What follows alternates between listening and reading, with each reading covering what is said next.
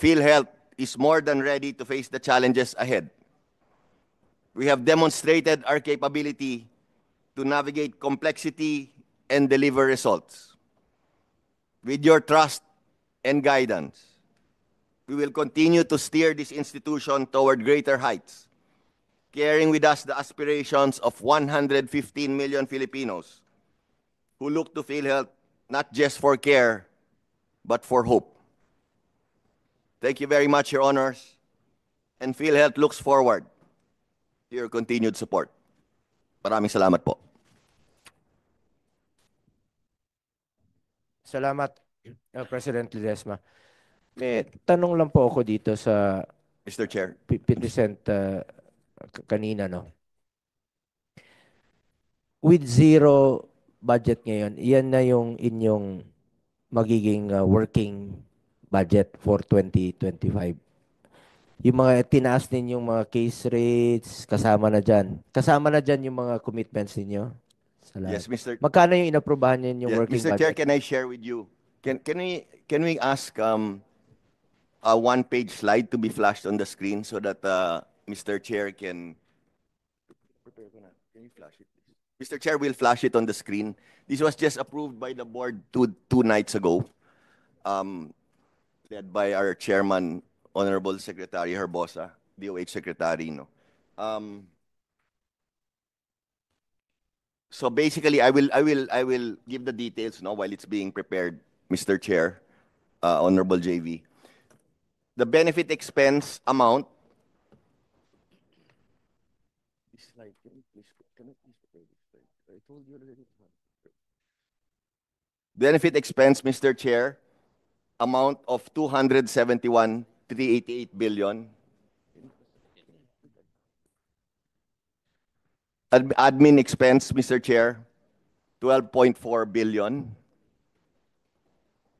MOOE 6.6 billion. PS of 5.8 billion. CAPEX of 222 million. Total, Mr. Chair, 284,094 billion. Kasama na dyan yung expenses niyo sa anniversary.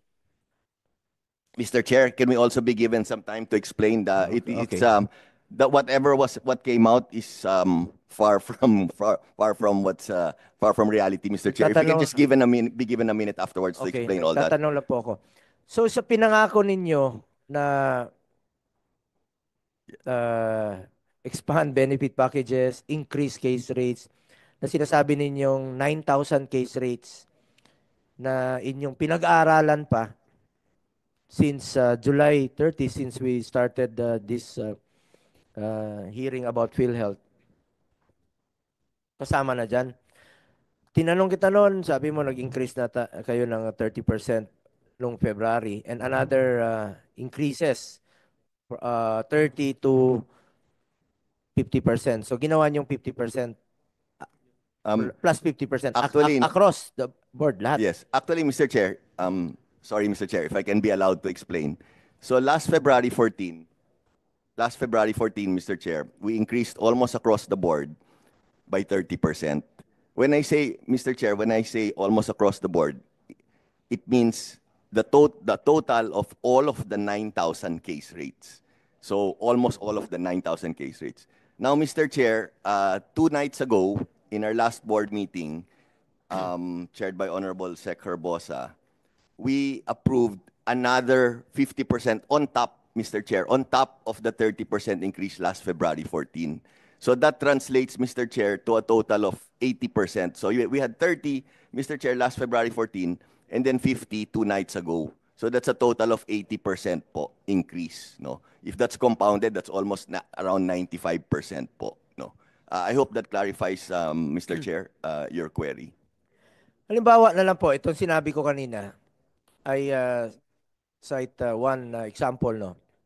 Mag-asawa, pulis, ang bawas sa kanila, kaltas sa sweldo nila, 1,008 each, no? So, 3,600 ang kinaltas po sa kanila bawat buwan.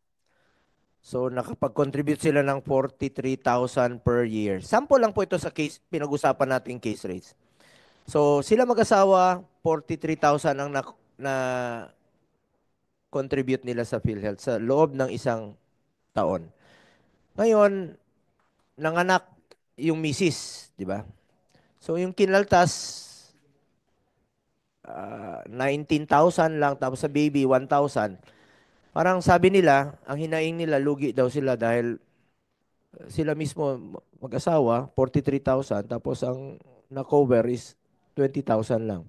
Iba pa ito sa halimbawa ng provincial health officer na milyon-milyon pero 27 at saka 29,000 lang ang binawas.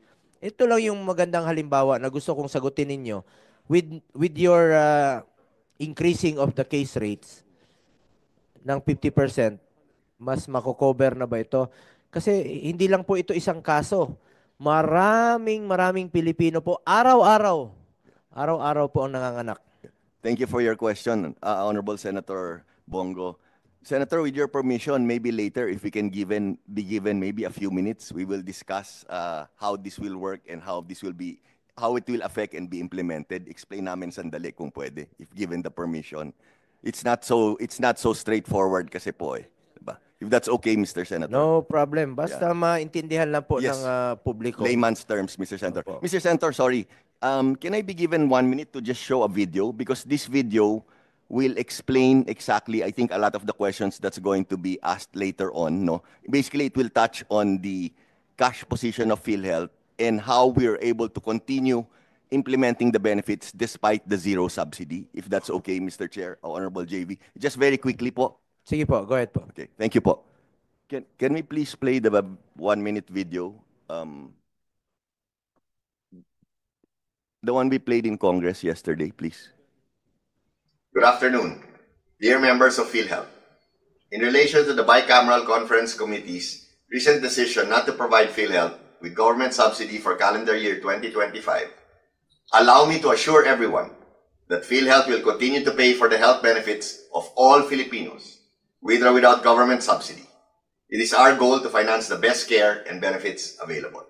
The decision of the Bicameral Conference Committee reflects its wisdom. The BICAM understands PhilHealth's capacity to continue managing the National Health Insurance Program given its surplus funds. Our financial position is strong and sufficient to sustain our operations, with a total of 281 billion in reserves and 150 billion pesos in surplus funds as of October 2024. On the other hand, our investment portfolio as of November 2024 already reached 489 billion pesos. We shall do better to provide reasons for the provision of government subsidies, which are vital to ensuring long-term improvements. We are deeply aware of the impact healthcare costs have on Filipino families, and we remain dedicated to enhancing our benefit packages and reducing out-of-pocket expenses so that every patient feels the security of their health insurance. Rest assured, all PhilHealth benefits will continue to be paid and will even improve. PhilHealth stands with every Filipino in our shared goal of achieving universal health coverage and a healthcare system that you can always trust and rely on. Together, we will overcome these challenges and continue to strengthen our commitment to your health and well-being. Thank you very much po. Mr. Chair, with your indulgence, siguro with yung sa mga sa mga issues na tinatanong din ng ating chairman. Kasi po itong nangyari, gusto lang natin liwanagin kasi marami nangangamba. Dito po sa zero, sa pag-zero, sa subsidy ng ating pong ng gobyerno, yung po sa General Appropriations Act to PhilHealth, which was supposed to fund indirect contributors, no, yung kanyang premiums. Again, for the record, Mr. Ledesma, sinabi nyo na hindi ito maapektuhan at lahat ng miyembro, ibig sabihin, lahat ng Pilipino ay talagang i-cover pa rin po ng PhilHealth. Yes, yes, Your Honor. Ang siguro, Mr. Chair, ang naging rason po ng Bicameral Conference Committee, sa dahilan po ang nangyari po, naging controversial na naging hearing nyo rin po, dahil dito, yung in excess funds na 89 billion na hindi po nagamit and which was declared as excess and savings